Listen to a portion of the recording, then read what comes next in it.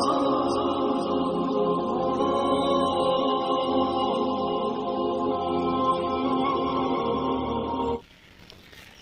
اللہ الرحمن الرحیم۔ السلام علیکم ورحمۃ اللہ وبرکاتہ۔ ناظرین، آج میں آپ کی خدمت میں رسول اللہ صلی اللہ علیہ وسلم میدان بدر میں کا قصہ لے کر آیا ہوں۔ مہربانی کر کے ایک بار پورا ضرور دیکھ لیجئے، اور ہاں کامنٹ میں ضرور بتائیے گا کہ ویڈیو آپ کو کیسا لگا۔ اپنی رائے کا کھل کر اظہار کیجئے۔ یاد رکھیے، الفاظ آپ کی شخصیت کی پہچان ہوتے ہیں، لہٰذا مہذب اور خوبصورت الفاظ کا استعمال کیجئے۔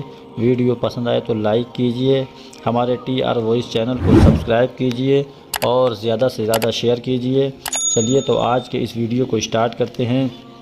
رسول اللہ صلی اللہ علیہ وسلم میدان بدر میں جنگ کی رات سب سوتے رہے، لیکن کائنات کے آقا مصطفیٰ کریم صلی اللہ علیہ وسلم اللہ تعالیٰ سے اسلام کے اس سپاہیوں کے لیے فتح کامرانی کی دعا کرتے رہے۔ صبح ہوئی تو مسلمانوں کی صفوں کو درست کیا، جنگ کی تیاریاں مکمل ہوئیں تو محبوب خدا مصطفیٰ کریم صلی اللہ علیہ وسلم نے اپنے رب تعالیٰ کی بارگاہ میں دعا کے لیے ہاتھوں کو پھیلایا اور عرض کی، اے اللہ تعالیٰ، اب تیری اس مدد کا وقت آ گیا ہے جس کا تو نے مجھ سے وعدہ فرمایا ہے۔ اللہم انی اہلک ہذہ العصابۃ یوم لا تعبد۔ بخاری شریف، مسلم شریف، جلد نمبر 2 صفحہ نمبر 99، مشکوٰۃ المصابیح صفحہ نمبر 531۔ یعنی اے اللہ تعالیٰ، اگر مسلمانوں کی اس چھوٹی سی جماعت کو تو نے ہلاک ہو جانے دیا تو پھر تیری بھی عبادت نہ کی جائے گی، یعنی پھر کوئی تیری عبادت کرنے والا نہ رہے گا۔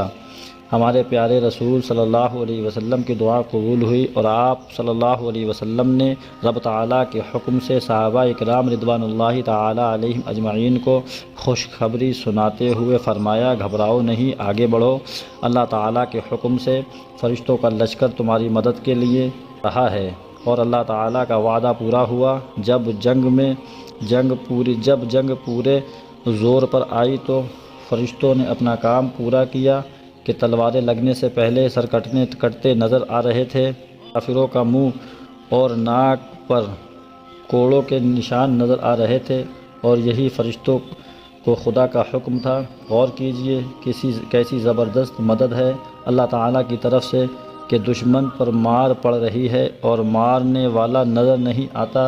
اسی طرح وہ قوت و قدرت والا اپنے مومن بندوں کی مدد کرتا ہے۔ اللہ یعیر بنصرہ من یشاء، پارہ 3 رکوع 10۔ ترجمہ، اور اللہ اپنی مدد سے زور دیتا ہے جسے چاہتا ہے۔ حضرت جبریل علیہ السلام کی آواز جنگ بدر میں ایک آواز آ رہی تھی، اقدم ہیزم۔ مسلم شریف، جلد نمبر 2 صفحہ نمبر 93، مشکوٰۃ المصابیح صفحہ نمبر 531۔ ہزوم، آگے بڑھو، ہیزوم، آگے بڑھو۔ صحابہ کہتے ہیں، ہم حیران تھے کہ یہ آواز کہاں سے آ رہی ہے۔ نبی دو عالم صلی اللہ علیہ وسلم نے فرمایا کہ ہیزوم حضرت جبریل علیہ السلام کے گھوڑے کا نام ہے۔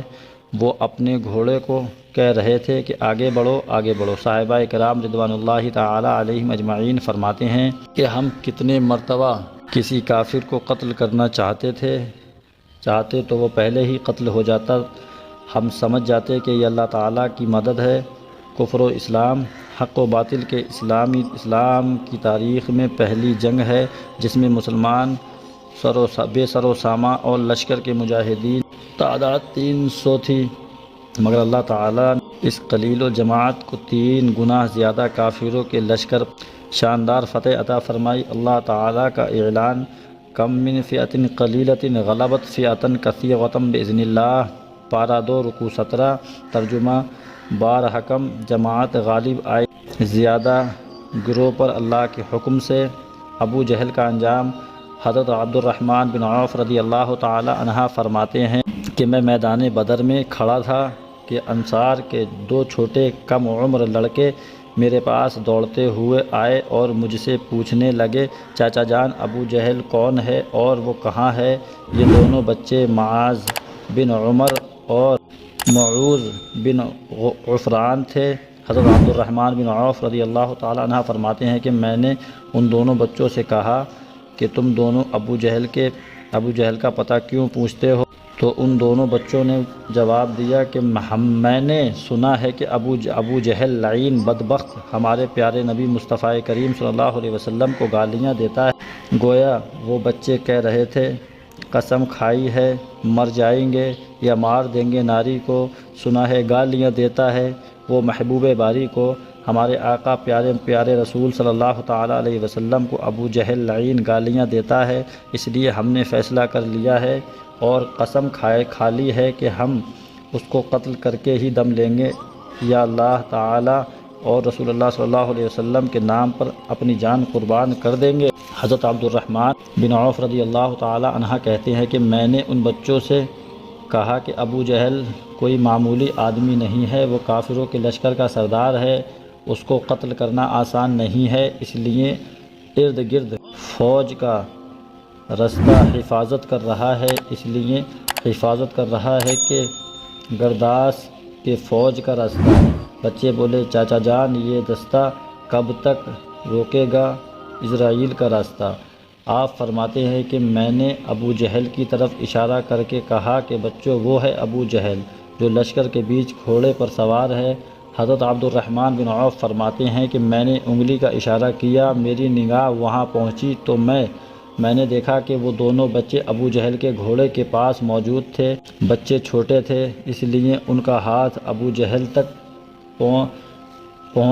پہنچنا مشکل تھا، اس لیے بچوں نے سب سے پہلے اپنی تلوار کا وار گھوڑے کی ٹانگ پر کیا اور گھوڑا چلاتا ہوا زمین پر گرا اور ابو جہل گھوڑے سے زمین پر آیا۔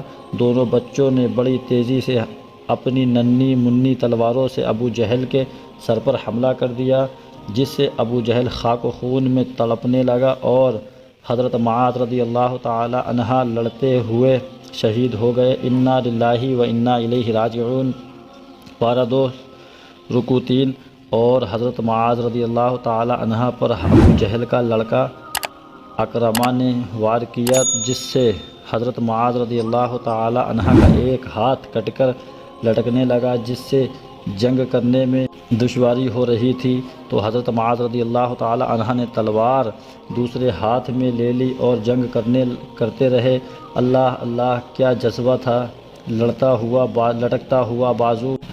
ہوا بازو کروٹ بن کر لٹک رہا ہے، رکاوٹ بن رہا ہے، پاؤں کے نیچے رکھا اور توڑ کر پھینک دیا۔ اس ننھے مجاہد کی اس ادا کو ہمارے سرکار مختار کائنات صلی اللہ علیہ وسلم دیکھ رہے تھے۔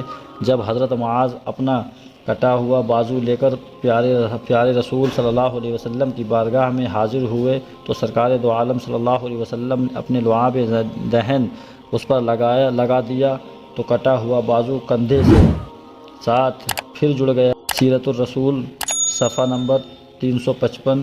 تھوڑی دیر بعد حضرت معاذ رضی اللہ تعالی عنہ بھی شہید ہو گئے۔ انا للہ و انا الیہ راجعون۔ اللہ تعالیٰ اپنے پیارے محبوب صلی اللہ تعالی علیہ وسلم کے ان دو ننھے عاشقوں اور مجاہدوں یعنی حضرت معاذ اور حضرت معوذ رضی اللہ تعالی عنہما پر ہمیشہ ہمیشہ کروڑوں رحمتیں نازل فرمائے اور ان کے وسیلے سے پوری امت پر اور خاص کر اپنے پورے مجمع پر رحمت و غفران کی بارشیں فرمائے۔ اگر ویڈیو پسند آیا ہو تو چینل کو سبسکرائب ضرور کریں اور گھنٹی کا بٹن ضرور دبائیں تاکہ جب بھی کوئی ویڈیو اپلوڈ کیا جائے تو اس کا نوٹیفیکیشن وقت پر آپ تک پہنچ سکے۔ شکریہ۔ میرے بولنے میں کسی بھی طرح کی کوئی بھی غلطی ہوئی ہو آپ گواہ ہو، میں اللہ تبارک و تعالی کی بارگاہ میں سچے دل سے توبہ کرتا ہوں۔ استغفر اللہ ربی من کل ذنب واتوب الیہ۔ السلام علیکم۔